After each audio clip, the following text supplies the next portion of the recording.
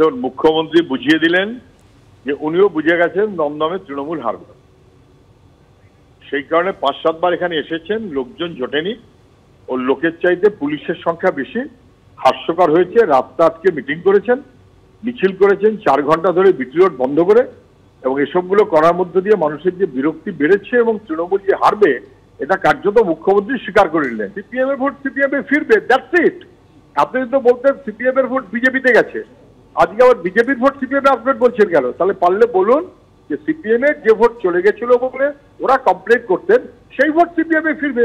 দমদমই হোক আর বড়নগরই হোক আর যাদবপুরই হোক, মানুষের ভোট আমাদের পক্ষে থাকবে। শেষ দফা ভোট আপনারা জানেন আগামী শনিবার, আর ভোটের আগে বিস্ফোরক অভিযোগ করেছেন মমতা বন্দ্যোপাধ্যায়।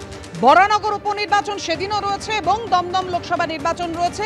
বরানগর এবং দমদম কেন্দ্রে বাম এবং বিজেপির মধ্যে সেটিং এর অভিযোগ তুলেছেন তিনি।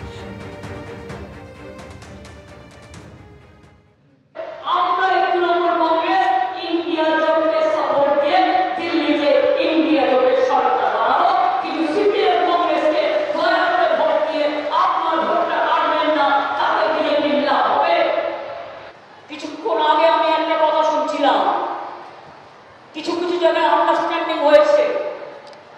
একটা জায়গার নাম তো আমি বলেই দিতে পারি, দমদম।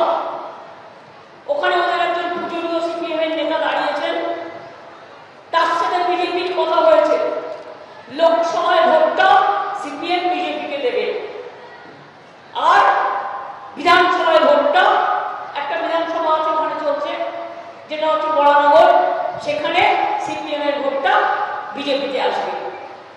শুরু নেই পলিটিক্স আমি করি না, এই জন্যই আমি চিরকাল কংগ্রেস করার পরেও যদি তৃণমূল কংগ্রেস তৈরি না করতাম আর আপনারা আমার সাথে না থাকতেন, তাহলে আজও সিপিএম কে বাংলা থেকে আমরা বিদায় করতে পারতাম না, অত্যাচারীদের বিদায় করতে পারতাম না। অর্থাৎ বারুইপুরের সভা থেকে যে চাঞ্চল্যকর দাবি করেছেন মমতা বন্দ্যোপাধ্যায় সিপিএম এবং বিজেপির আন্ডারস্ট্যান্ডিং এর, তাই নিয়ে দমদমের দুই প্রার্থী, বিজেপি এবং সিপিএম প্রার্থী সুজন চক্রবর্তী এবং শিলভদ্র দত্ত, তারা কে কি বললেন দেখুন। দেখুন, মুখ্যমন্ত্রী বুঝিয়ে দিলেন যে উনিও বুঝে গেছেন দমদমে তৃণমূল হারবে। সেই কারণে ৫-৭ বার এখানে এসেছেন, লোকজন জোটেনি। ও লোকের চাইতে পুলিশের সংখ্যা বেশি। হাস্যকর হয়েছে, রাস্তা আজকে মিটিং করেছেন, মিছিল করেছেন ৪ ঘন্টা ধরে বিটি রোড বন্ধ করে, এবং এসবগুলো করার মধ্য দিয়ে মানুষের যে বিরক্তি বেড়েছে এবং তৃণমূল যে হারবে এটা কার্যত মুখ্যমন্ত্রী স্বীকার করে নিলেন। সিপিএম এর ভোট সিপিএম এ ফিরবে, দ্যাটস ইট। আপনি তো বলতেন সিপিএম এর ভোট বিজেপিতে গেছে, আজকে আবার বিজেপির ভোট সিপিএম এ আপডেট বলছেন কেন? তাহলে পারলে বলুন যে সিপিএম এর যে ভোট চলে গেছিল বলে ওরা কমপ্লেন করতেন, সেই ভোট সিপিএম এ ফিরবে। দমদমই হোক আর বড়নগরই হোক আর যাদবপুরই হোক, মানুষের ভোট আমাদের পক্ষে থাকবে। মমতা ব্যানার্জি করতে খবর পেয়ে নেওয়ার দরকার নেই। এই ভোটটা নরেন্দ্র মোদীর ভোট, কেন সিপিএম কে জেতানোর জন্য করবে? আর যেখানে তৃণমূল হারবে, সিপিএম হারবে, বিজেপি জিতবে, ঠিক হয়ে গেছে। এটা একটা মমতা ব্যানার্জির শেষ সময়। দেখুন, একটা লোকসভা কেন্দ্রে রাজ্যের মুখ্যমন্ত্রী বোধহয় 6টা না 7টা প্রোগ্রাম করলেন। উনি ভয় পেয়েছেন, এই দমদমে সৌগতবাবু জিতবেন না, এটা উনি জানতে পেরেছেন, বুঝতেও পেরেছেন, অভিজ্ঞ রাজনীতিবিদ তো।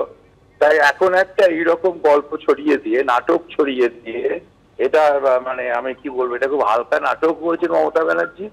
ওনার কোনোটাই কিছু হবে না, এবং ওনার কোনো নয়, বিজেপি কখনো সিপিএম কে ভোট দেবে না।